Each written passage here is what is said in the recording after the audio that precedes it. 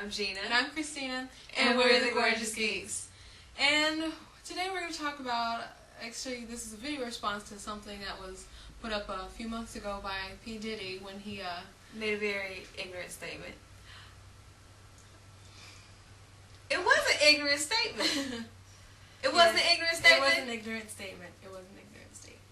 He was just talking about how he came back from the premiere at Hancock and he was glad to know that he could finally watch a superhero movie with someone who looked like him. And he remembered being a kid and watching superhero shows and there wasn't anybody like him, and now times are changing and the black man's on the rise. I think y'all making it sound like he was nice about it. He was quite rude and quite ignorant about it. I mean, well, P. Diddy is exactly the most moral person in the world. He said, I guess they felt like black people wasn't good enough to be superheroes. And I take offense to that because we have been reading comic books since we could read. Yeah, and a lot of people, I mean, there aren't as many black superheroes as there are white superheroes, but there's obviously more white people in America than there are black people. Correct. And and also I find it offensive because like the Marvel universe with the mutants, right? The whole, it's like it's a whole thing of we're human too, and it deals a lot with like the racism, especially when it first came out, and so that's that's very upsetting. But to say Hancock, like finally there's a black superhero movie. Hello, there were 3 Blade movies. Yeah, right. And one thing about Marvel, Marvel's most popular characters are Spider-Man and Wolverine, and they were Blade movies way before their poster boy child. Right, exactly. Well, let's just go on the list. The very first black superhero movie that I can think of is Meteor Man, 1993, and when I was a kid watching it, you go back, you watch it, and I'm like, man, this kind of blows. But it was very inner city, urban, bad neighborhood kind of stuff. So you had a guy that got powers from a meteor, and hence the name Meteor Man. And he was just going around and just doing good and cleaning up the inner city and fighting out gangs. Yeah. Yes. I liked it. I haven't seen it in a while. As a kid, it was like, yeah, Meteor Man, yeah, get him. And it was a big old fight at the end of the movie with the gangs against the people that live in the neighborhood, and the grandmamas and stuff got mad and got brooms and bats and was beating dope dealers in the head with them. Right. That's good American television right there. Right. And then of course, one of my favorites was Spawn. Spawn was an awesome movie. With Michael J. White. I want him to do another one. It's not too late. Spawn was awesome. And to say, Hancock was the first one. Oh, please, come on. We had, Spawn. I mean, way back when. That was an excellent movie. That was in 1990. The movie came out in 97. 97, yep. And then, also in 97, we had Steel. With Shaq. Shaq played Steel, and that's probably why it didn't do so good. Because Shaq can't act. But I was director, too. I guess. But Shaq can't. But Steel was in the Superman family, though. Right. For those of you who don't know about Steel, when they killed Superman in 93, when they killed Superman, a lot of different people took on the mantle of Superman. And again, you had a black man that actually made an armor. Yep. And was going around. He took on the Superman emblem and was going around and doing good. Right. In his community.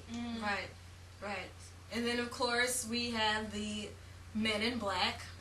In P. Diddy's video, he said that he was inspired by Will Smith, and he was an inspiration because Hancock and I guess other works that he's done. But he's also in Men in Black. Yes, Will Smith is. Yep. And then in 2004 we had Catwoman. Which wasn't that good. It wasn't that good, but the point is that the point is that African American woman was the star of the movie. Right. So to say that this was the first black superhero movie. Well, he didn't say it was the first. He said finally a black superhero. He was implying that it was the first. But that was just a absolutely incorrect statement. Kind of like there's no black people in Alaska.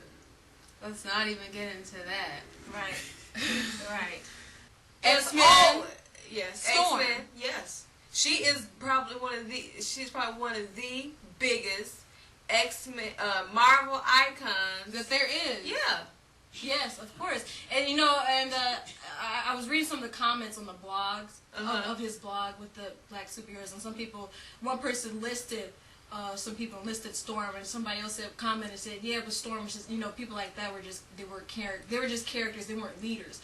Which is not true, because Storm did lead the X-Men. Fought Cyclops for it. She fought Cyclops and whooped Cyclops behind and became the leader of the X-Men. And now she's the queen of Wakanda. Yeah. Right. Speaking of Wakanda, let's just stay in Wakanda for just 1 second. No, hold on. No, we gotta talk about the baddest man. I know, but Professor Xavier found her. What was she? She was being worshipped as a black goddess. That's right, folks. Yeah. She was sophisticated. She was charming. She reeks goddess, womanliness, warrior. Right. She was. I mean, she is the epitome. She's everything that most black women should look up to. Yeah, exactly. She was, you know, she was just awesome. And Hancock, you know. Who the heck is Hancock? He wasn't worshipped as a goddess. And he was an alcoholic superhero too, and then the movie was... Yeah.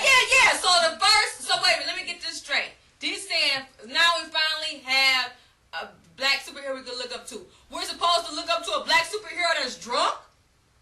He was so intoxicated, messing up the city as he's saving people. And that's what we're supposed to look up to? Right. Is a black superhero that was a drunk, not one that was a teacher that was going out and doing good in his community, not one that was killing demons and vampires, not one right, not one who has become a queen of a nation. And let's please get to her husband, Black Panther. Yes, one of the baddest people there is in comic books, period. Right. And he would take on Iron Man. He's all like, "You ain't never beat me yet." What you talking about? Now, when did Black Panther first arrive? 1966. 1966. Before P. Diddy was born, there was the King of Wakanda in Marvel comic books. And Wakanda is the only African nation in the Marvel as far as the Marvel Universe is concerned, is the only African nation that was never conquered by anybody. And it's the most technological advanced nation that there is because of, and they have more money than everybody else because of all their vibranium. Yes. Which is... 1966. Yes. You can take on just about anybody. He's intelligent. Black Panther is the man. He is the man. He is the dog. He is the man. Why'd you mess up, Wesley? You should have played him. He is the man. Black Panther is... It's not too late. No, Michael J. White. Yes. They need to get a free runner from France. It doesn't matter. That do Black Panther is the man. And to say that Hancock, finally we got a superhero. So hold on. Please pick up a Black Panther. Please pick up a Black Panther. Can you read? Watch it on And let's get to the ultimate version of Nick Fury. Now, if you don't know who Nick Fury is the baddest secret agent ever. You know who Nick Fury is? There's something seriously wrong with you. But Nick Fury is the baddest secret agent there is. And in the Ultimates, they asked Samuel L. Jackson if they could create him off of his likeness, and he agreed. And they based him off Samuel L. Jackson because he's the new king of cool. Right. And then Samuel Jackson even, did a part as Nick Fury in the Iron Man movie after the credits, if you watched it after that part. But still, I mean, but like as we were saying before, to say that finally a black superhero, I mean, it's not true at all. I know. It's not true at all. Even in 1989 when Batman came out, Harvey Dent was played by a black dude, and Harvey Dent's not supposed to be Billy D. Williams. Billy D. Williams. That's right.